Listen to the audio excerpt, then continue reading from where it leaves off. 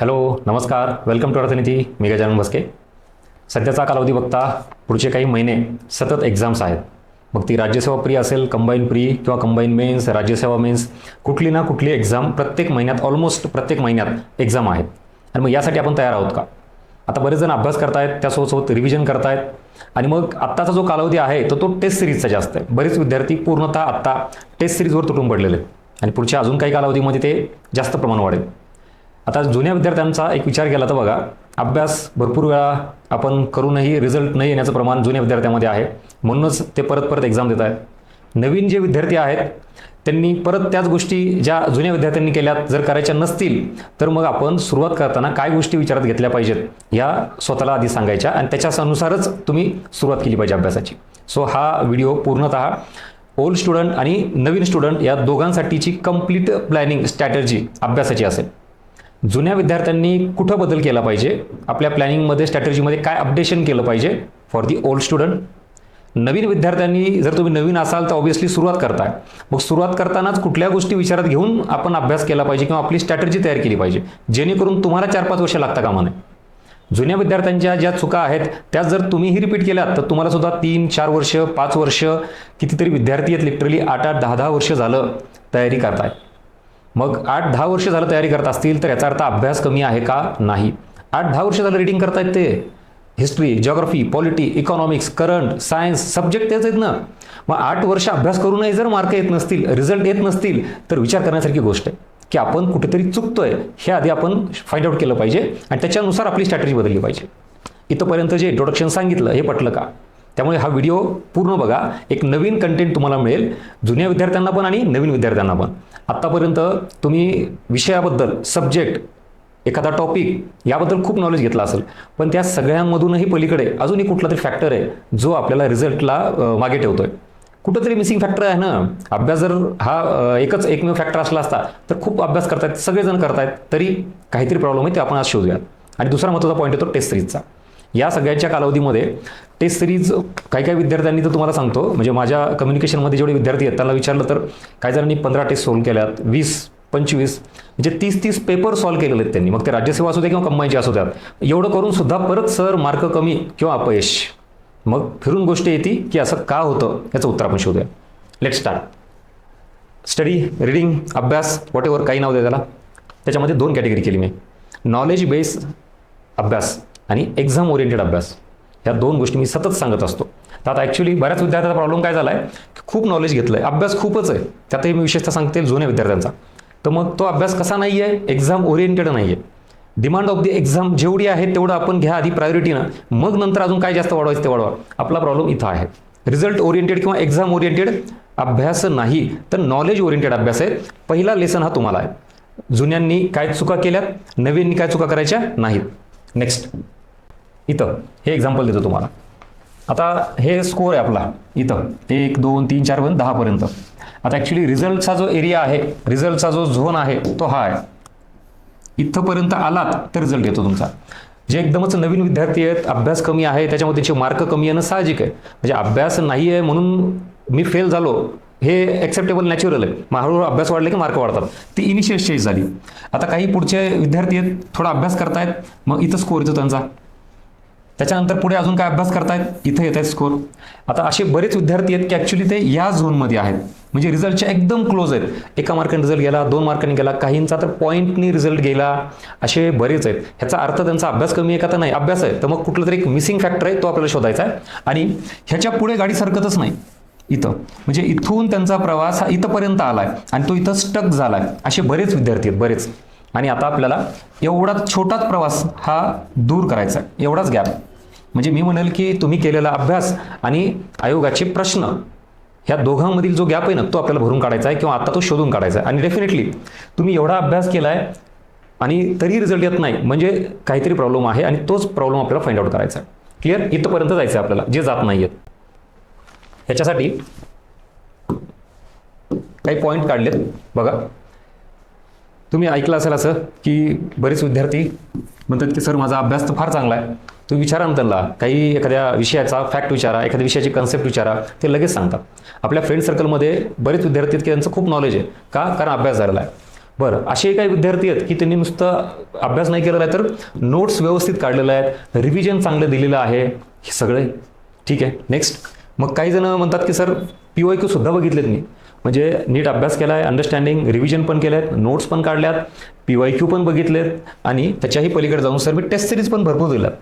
असं असूनही एवढं सगळं करून परत रिझल्ट येत नाही किंवा मार्क पाहिजे त्या प्रमाणात वाढत नाहीत आणि तुम्ही कुठं स्टक झालात माहिती, एवढं सगळं करून इथंपर्यंत येत आहे. आणि ॲक्च्युली आपल्याला इथं त्याला आपण बुल्स आय हिट म्हणतो ना, एक्झॅक्टली इथे हिट झालं पाहिजे, तिथंच होत नाही आहे. आणि मग पॉईंटनी रिझल्ट जाणे, 1 मार्कांनी 2 मार्कांनी जाणे किंवा अभ्यास असूनही सिली मिस्टेक्स होणे, वॉट एव्हर कुठलाही त्याला कुठं कारणीभूत असेल, आपण इथंपर्यंत पोहोचत नाही आहेत. एवढं सगळं करूनही आता याचं उत्तर काय बघा, हा झाला प्रॉब्लेम. बराच वेळ झालं आपण जे डिस्कस करतोय ह्या सगळ्या गोष्टी प्रॉब्लेम म्हणून तुमच्या समोर आणणं गरजेचं आहे. कारण मी नेहमी म्हणतो बघा, डॅमेज कंट्रोल जर करायचं असेल तर अगोदर डॅमेज शोधून काढलं पाहिजे. फाइंड आउट द डॅमेज, किती झालं आणि कुठं झालंय, त्याच्यानंतरच आपण त्याच्यावर उपाययोजना करू शकतो. तर आता बऱ्यापैकी प्रॉब्लेमवर चर्चा केली, आता सोल्युशन काय बघा. तुम्ही जे आत्ता म्हणलात ना सर मी सगळंच केलंय, हे तर सगळंच आहे. ह्या सीड्या आहेत, तुम्हाला दिसतात का नाही बघा, ही इमेज मी वाटलं तर टेलिग्रामला टाकेल. ह्या सगळ्या सीड्या म्हणजे तुमचं नॉलेज आहे. पुस्तकं वाचलीत, 1 नाही 2 वाचलीत एका विषयाला, नोट्स पण काढल्यात, रिव्हिजन पण केलंय, PYQ पण केलंय, सगळे रिसोर्सेस आहेत तुमच्याकडे. सर टेस्ट सिरीज पण सॉल्व्ह केलेत मी, म्हणजे कधी कधी तर 2-2 अकॅडमीच्या टेस्ट सिरीज सॉल्व्ह करतो आपण किंवा प्रिंट झेरॉक्स काढतो आणि 25-25, 30-30 काय म्हणतो आपण त्याला पूर्ण सेट हे सॉल्व्ह केलेले आहेत. एवढं सगळं करूनही काय होतं, आपण एका लेवलपर्यंत वर जात नाहीत आणि अजूनही गोळा करायचा प्रयत्न करतोय. म्हणजे याचा अर्थ आपल्याकडे रिसोर्सेस नॉलेज हे भरपूर आहे, पण त्याचं ॲप्लिकेशन तुम्ही करत नाहीत, त्याचा प्रॉपर वापर तुम्ही करत नाहीत. आणि हे नॉलेज जे गोळा केलं ॲक्च्युली एवढं गरज होतं का, नॉलेज गोळा करण्याची गरज होती का, नाही. सो म्हणून तुमचा अभ्यास हा नॉलेज ओरिएंटेड झाला आहे, एक्झाम ओरिएंटेड नाही. मग परत मी फिरून तुम्हाला माझ्या पहिल्या स्लाइडला घेऊन येतो. इथं स्टडी रीडिंग भरपूर झाली आहे, आत्ताच बघितलं किती सीड्या गोळा केल्यात त्यांनी त्या लॅडर, पण सगळं हे नॉलेज म्हणून आहे. ॲक्च्युली काय पाहिजे होतं, एक्झाम ओरिएंटेड. बघा ना, ह्याच डायग्रामला तुम्ही जर नीट बघितलात, इथं ह्या एवढ्या सीड्या इथं पडून सगळा खच पडलाय त्या लॅडरचा. ॲक्च्युली 2 किंवा 3 सीड्या जरी असल्या असत्या तर तो वर गेला असता आणि त्यानं ती भिंत क्रॉस करून पुढे गेला असता.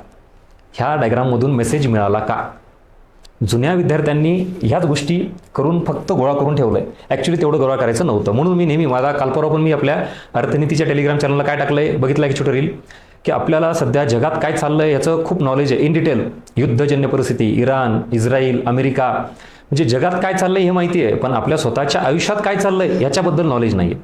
आपण कुठं कमी पडतोय, किती परीक्षेला कालावधी बाकी आहे, अभ्यासात अजून काय सुधारणा केल्या पाहिजेत ह्याच्याबद्दल आपल्याला नॉलेज नाही. पण जगाचं नॉलेज मात्र भरपूर आहे. का, कारण हे असं करून बसलोय आपण सगळं. मग कसं यश मिळेल. दुसरा एक इथरचा अँगल सांगतो तुम्हाला, या इकडं हे परत सेम नॉलेज घेऊन ठेवलंय असे डॉट्स, पण त्या नॉलेजचं ॲप्लिकेशन नाही. ॲप्लिकेशन केले की असा एक पॅटर्न सेट होतो. इथं तुम्हाला दिसत असेल स्कॅटर्ड स्वरूपात अभ्यास आहे सगळा, डॉट येत नुसतं, याला काही अर्थच नाही आहे. आणि ॲक्च्युली एक्झाममध्ये ह्याच डॉट्सला कनेक्ट करायचं असतं. आयोग त्याच गोष्टी करतं, त्याला आपण इंटरलिंकिंग म्हणतो. तुमच्या सगळ्या गोष्टी ज्या वाचलेल्या असतात त्या प्रश्न स्वरूपात तुम्हाला सॉल्व्ह करता आल्या पाहिजेत. म्हणजेच हे असं कनेक्ट करणं आणि एक पॅटर्न सेट करणं, एक स्ट्रक्चर स्वरूपात त्याला स्वरूप आणणं, म्हणजेच नॉलेजचं ॲप्लिकेशन करणं. आणि ते कशाच्या जीवावर, एक्सपिरियन्सच्या जीवावर. जुन्या विद्यार्थ्यांना एवढा अनुभव असून सुद्धा ते करता येत नाही, म्हणजे ते कमी पडत आहेत. सो इथपर्यंतचा पार्ट हा किती जणांना रिलेट झाला त्यांनी प्रामाणिकपणे तुमचे फीडबॅक मेन्शन करा. आणि इथपर्यंतचा कंटेंट आवडला असेल तर नक्की लाईक करा, आपलं यूट्यूब चॅनल सबस्क्राईब करा. चांगल्या गोष्टी ज्या तुमच्यापर्यंत पोहोचवत आहे त्याबद्दल नक्कीच ॲप्रिशिएट करत चला, म्हणजे मला पुढच्या अजून कंटेंटसाठीची एनर्जी मिळते. त्यामुळे लाईक, शेअर आणि फीडबॅक ह्या मेन्शन गोष्टी करत चला. इथपर्यंत हा सगळा मुद्दा कळाल्यानंतर अजून पुढे जाऊयात. मग असं का होतं, शेवटपर्यंत व्हिडिओ बघा. तुम्हाला असा कंटेंट कुठल्याही पुस्तकात मिळणार नाही. ह्या सगळ्या 12-13 वर्षांच्या टीचिंगचा एक्सपिरियन्सचा हा सगळा सार तुम्हाला मी देतोय.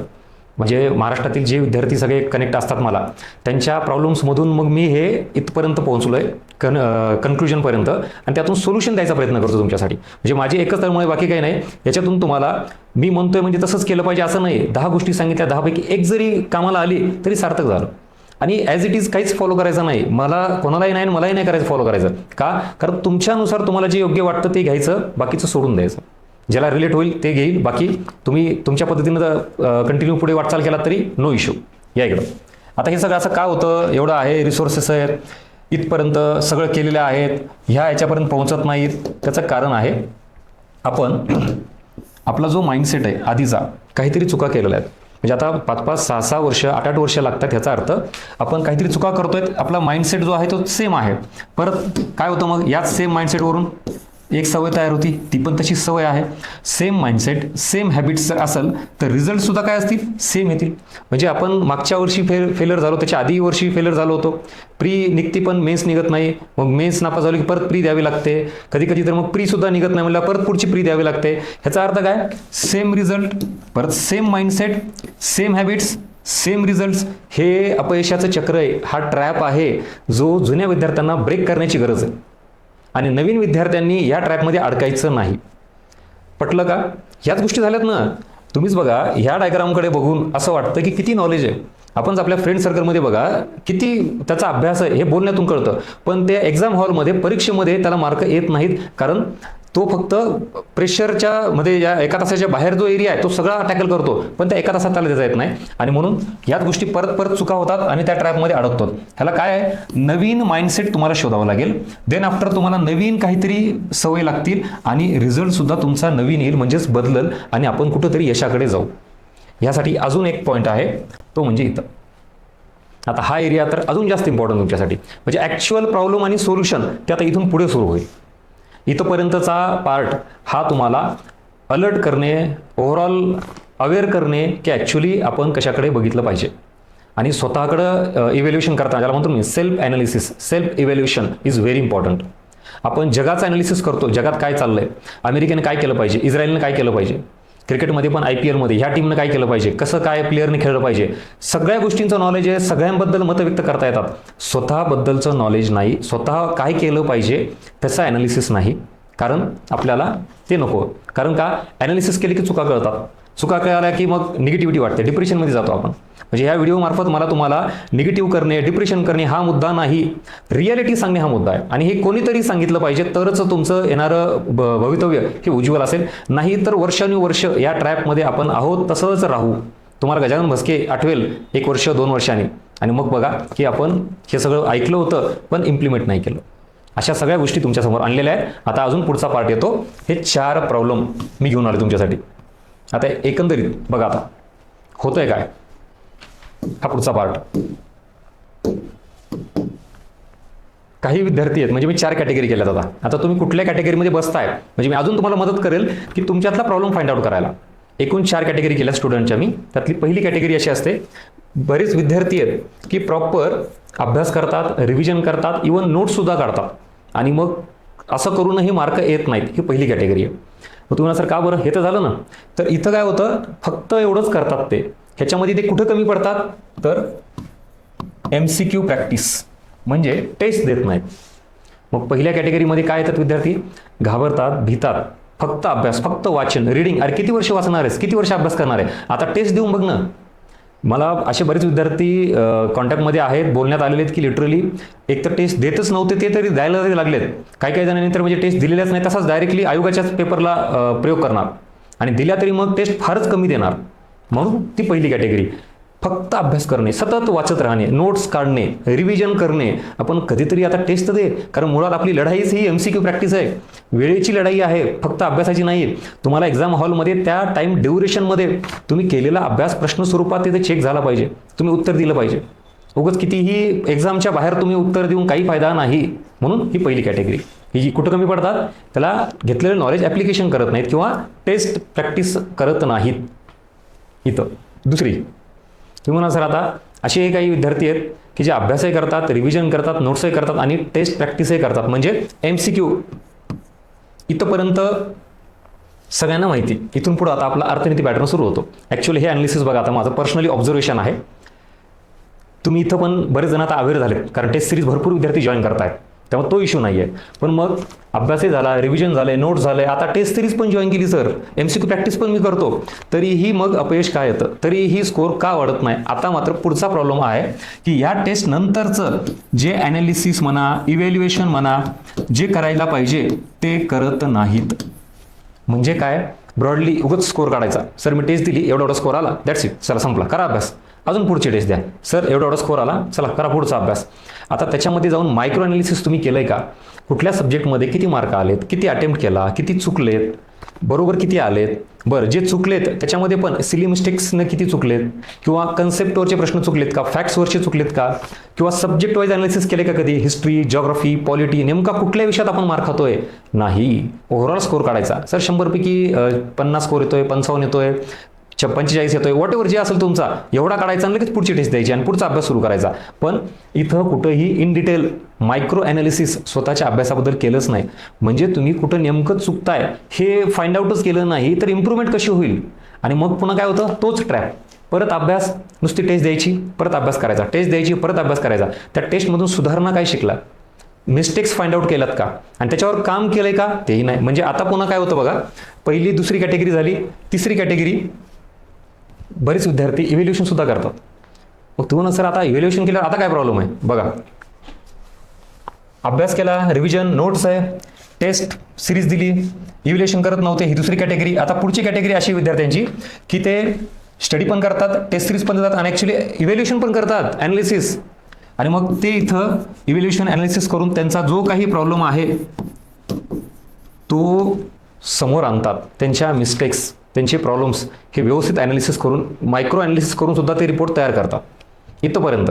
पण मग आता लास्ट स्टेज अशी आहे, काही विद्यार्थ्यांची कॅटेगरी एवढं सगळं करून हे जे प्रॉब्लेम्स आहेत ना, ह्या ज्या तुमच्या मिस्टेक्स आहेत ना, ह्याच्यावर काम करत नाहीत. म्हणजेच त्याचं एक्झिक्युशन किंवा इम्प्लिमेंटेशन करत नाहीत. यस, मग फायदा काय, अभ्यासही केला, टेस्ट सिरीज पण दिली, ॲनालिसिस पण केलं, सर मला कळालं ना माझ्या ह्या चुका आहेत, सर मी इथं कमी पडतोय हे मला कळतंय. अरे पण मग वळत नाही आणि त्या नुसत्या चुका तू काढून करतो काय.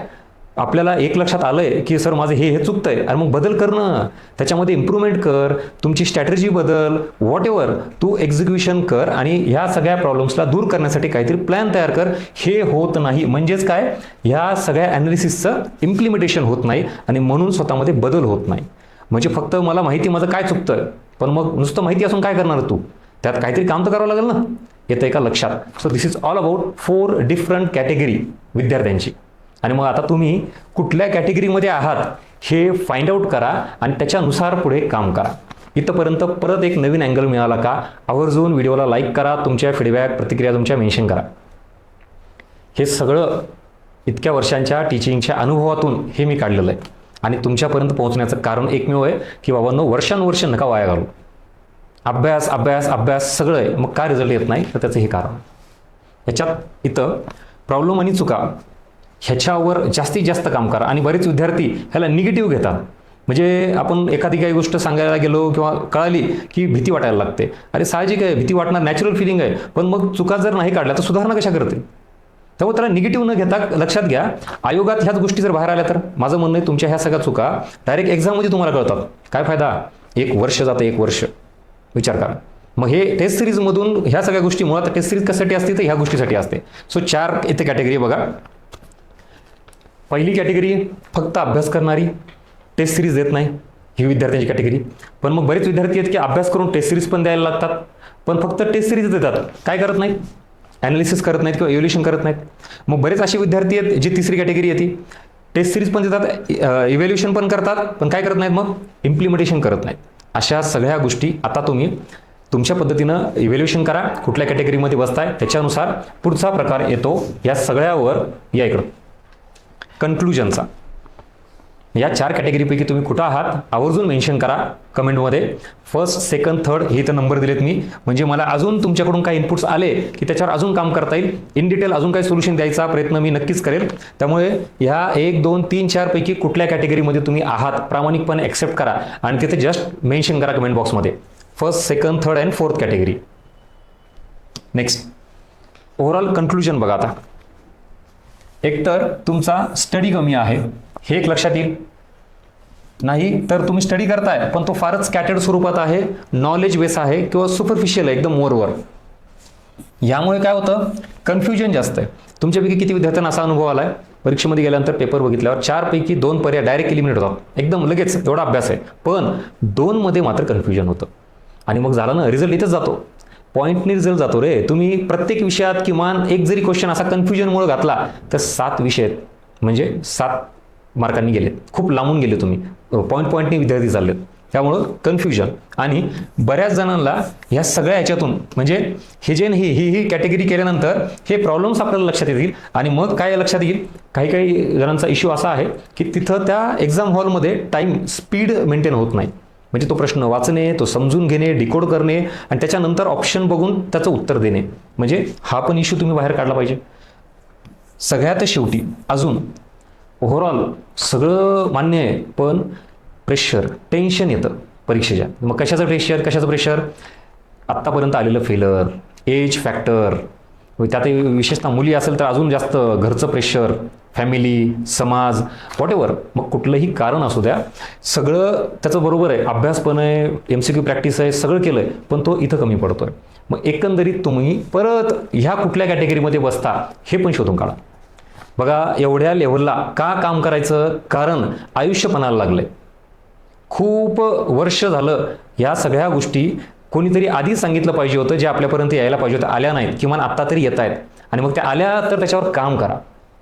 नको तिथं आपण खूप टाइमपास करतो. योग्य ठिकाणी वेळ द्या, बघा कशी सुधारणा दिसते. आणि येणाऱ्या परीक्षेमध्ये नाही तुमच्यात इम्प्रूव्हमेंट झाली, रिझल्ट आला तर मला म्हणा. तुम्ही हे फक्त करून बघा.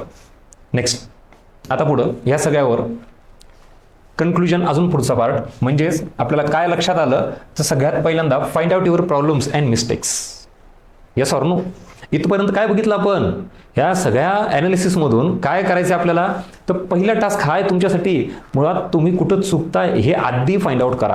आणि त्यासाठी मी किती वेगवेगळे मार्ग सांगितले ते बघा. नेक्स्ट, नुसता प्रॉब्लेम फाइंड आउट करू नका. त्या प्रॉब्लेमला, त्या मिस्टेक्सला काय सोल्युशन आहे हे पण बघा.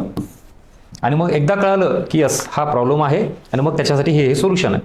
आणि त्या सोल्युशनच्याच दृष्टिकोनातून मग काय करायचं? आता आपल्याला प्रॉब्लेम कळाला, त्याच्यावर सोल्युशन कळालं. या सोल्युशनला गृहीत धरून तुमची स्वतःची एक स्ट्रॅटेजी बनवा. Make your on strategy.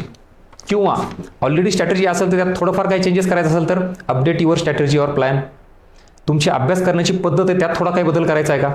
म्हणजे तुम्हाला या सगळ्या लेक्चरमधून एक लक्षात येत असेल की आपला अभ्यास तर कमी आहे, अभ्यास वाढवा. नाही तर अभ्यास आहे पण टेस्ट सिरीज द्या, किंवा कुठल्याही गोष्टीमध्ये काय बदल करायचा आहे तुमच्या प्लॅनिंगमध्ये, स्ट्रॅटेजीमध्ये किंवा स्टडी मेथडमध्ये, हे तुम्ही लिहून घ्या.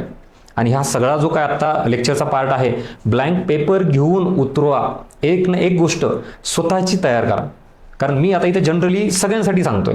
आता काही जण 8 वर्ष झाला अभ्यास करत असतील, काही 10, काही 5, काही एकदमच नवीन असतील, 1-2च वर्ष झाले असतील, काही जणांनी तर जस्ट आत्ता अभ्यास सुरू केला असेल. मग नवीननी काय करायचं? या सगळ्या गोष्टी भविष्यात आपल्यासोबत होऊ शकतात. सो ह्या ट्रॅपमध्ये आपण अडकायचं नाही. ह्यासाठी हे सगळे पॉईंट लिहा आणि तुमची ओन स्ट्रॅटेजी बनवा की मला ह्या गोष्टी काय करायच्या नाहीत आणि काय करायच्यात आणि कशा पद्धतीने पुढे जायचं. फॉर द न्यू स्टुडंट आणि ओल्ड स्टुडंटसाठी तर फार मोठा खजाना आहे की आपण नेमकं कुठं चुकत होतो ह्या गोष्टी शोधून त्याच्यानुसार तुमची प्लॅनिंग स्ट्रॅटेजी बनवा. आणि तेवढं बनून फक्त शांत बसायचं नाही. There is always a chance to improvement.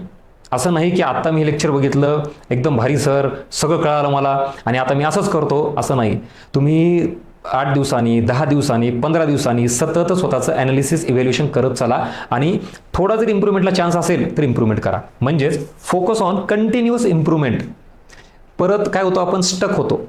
एकदा मोटिवेशन मिळालं, एनर्जी मिळाली की प्रचंड ताकदीनं अभ्यास करतो, काहीतरी चेंज करतो, पुन्हा डाऊन येतं. तसं नका करू. सो जसं जे वाटेल तसं तुम्ही कंटिन्युअसली ह्या प्रोसेसमध्ये इन्व्हॉल्व राहा. देन आफ्टर लास्ट, इथंपर्यंत सगळ्या गोष्टी कळाल्यानंतर एक लास्टचा डेमो असा आहे. या सगळ्या गोष्टी तुम्हाला सर मग आता नेमकं आम्ही करायचं आहे काय? आता आम्हाला मार्क जर घ्यायचे असतील तर नेमकं आम्ही फोकस कुठे केला पाहिजे? हा एकदम सोल्युशनचा पार्ट. तर तुमच्यासमोर इथं कुठलाही एखादा विषय आहे, याच्यामध्ये आपण ॲव्हरेजली 15 क्वेश्चन येतात आपण असं गृहीत धरू. किती? 15. त्या 15 क्वेश्चनचं मी 3 भागात डिवायडेशन केलं आहे. एक म्हणजे सिम्पल इझी. बघा ना, तुम्ही कुठलाही पेपर घ्या, कुठल्याही वर्षीचा घ्या, राज्यसेवेचा घ्या किंवा कंबाईनचा घ्या, प्रीचा घ्या किंवा मेन्सचा घ्या, तुम्हाला काय दिसून येईल? काही प्रश्न हे एकदम सिम्पल इझी अभ्यास करणाऱ्यांसाठी. आता अभ्यास नाही केला तर जरा सगळं अवघड वाटणार आहे. आपण अभ्यास करतोय, सिरियस कॅन्डिडेट आहे असं गृहीत धरल्यावर त्याला किमान 15 पैकी लिटरली 7 क्वेश्चन हे एकदम इझी सिम्पलच वाटतात आणि ते गेलेच पाहिजे तेवढे सिम्पल. नेक्स्ट, आता काही 4 ते 5 प्रश्न नियर अबाउट. हा आकडा 6-7 असू शकतो, 8 असू शकतो, इकडे पण 4-5 असू शकतो. नियर अबाउट आपण गृहीत धरतोय. 5 क्वेश्चन असे आहेत की जे थोडे टफ लेवलला असतात. म्हणजे इथं actually conceptual clarity, understanding, application, analytical thinking हे इथं गरजेचे असते. आणि 3 किंवा 2 प्रश्न असे असतात की जिथं एकदमच आपला अभ्यास कामाला येत नाही, out of source, out of box असतात.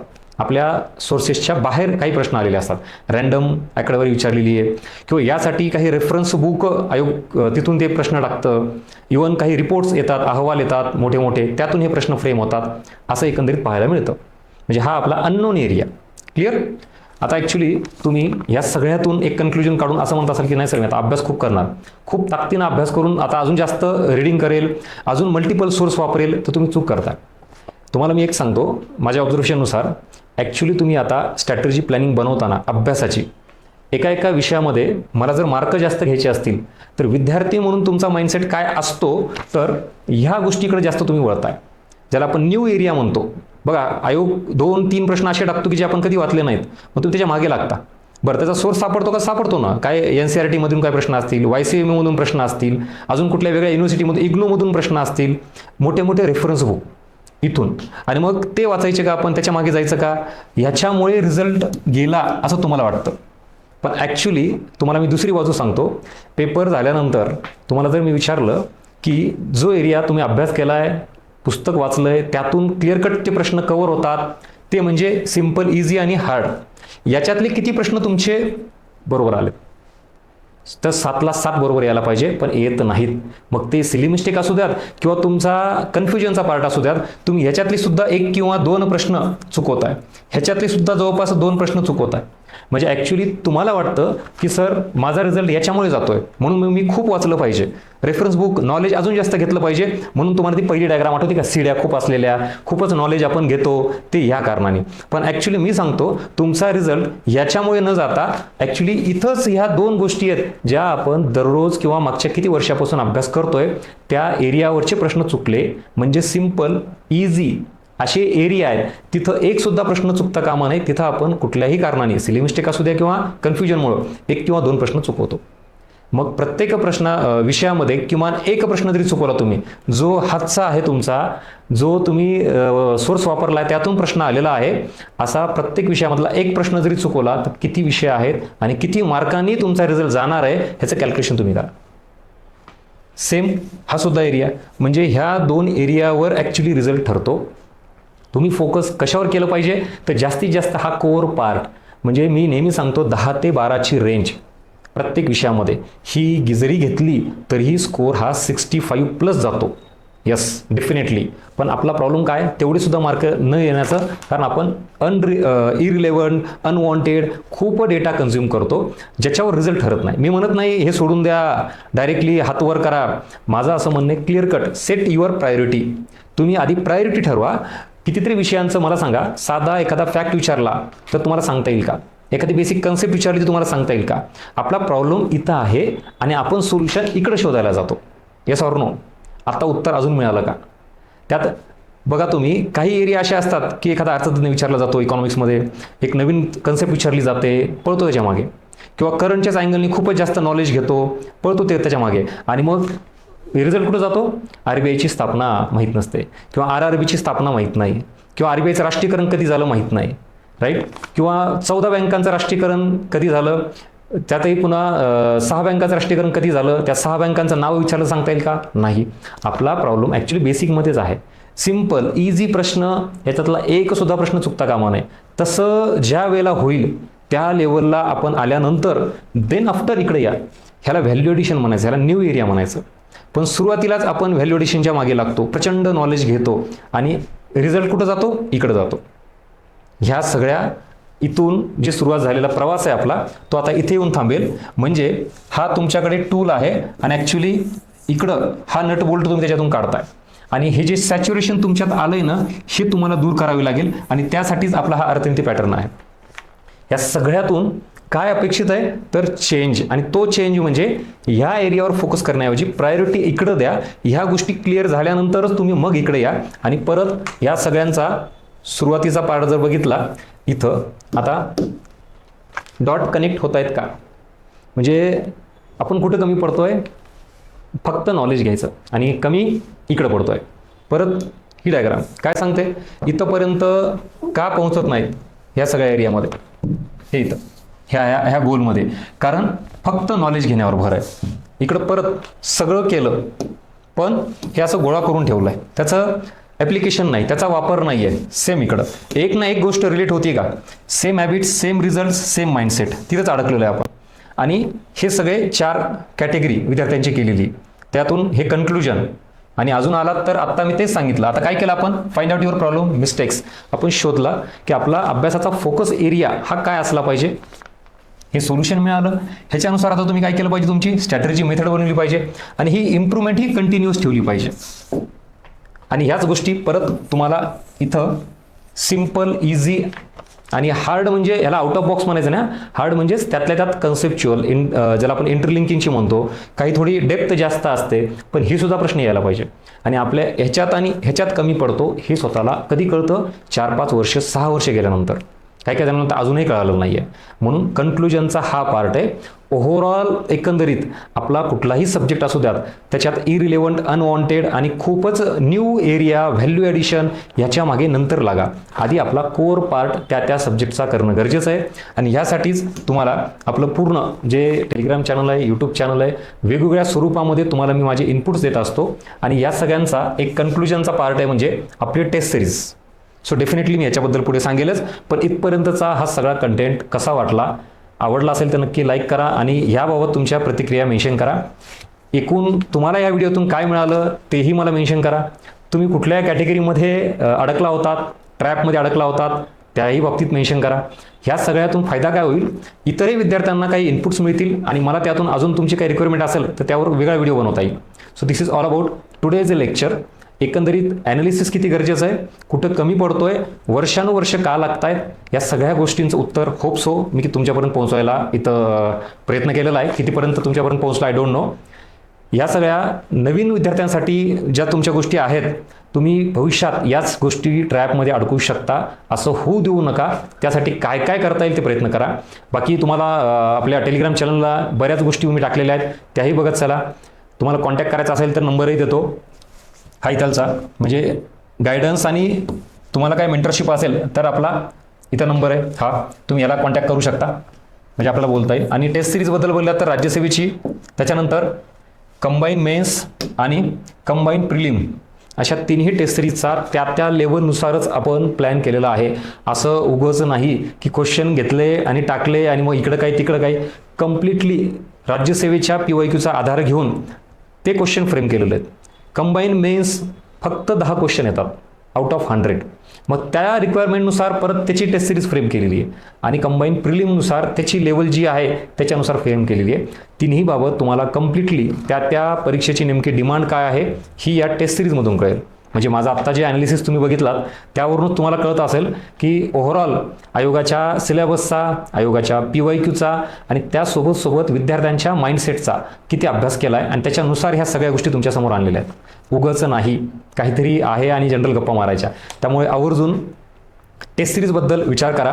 अर्थनीती बाय गजानन बस्के टेलिग्राम चॅनल आहे, त्याच्यावर तुम्हाला डिटेल्स अजूनही मिळतील. काय असेल तर कॉन्टॅक्टही करू शकता.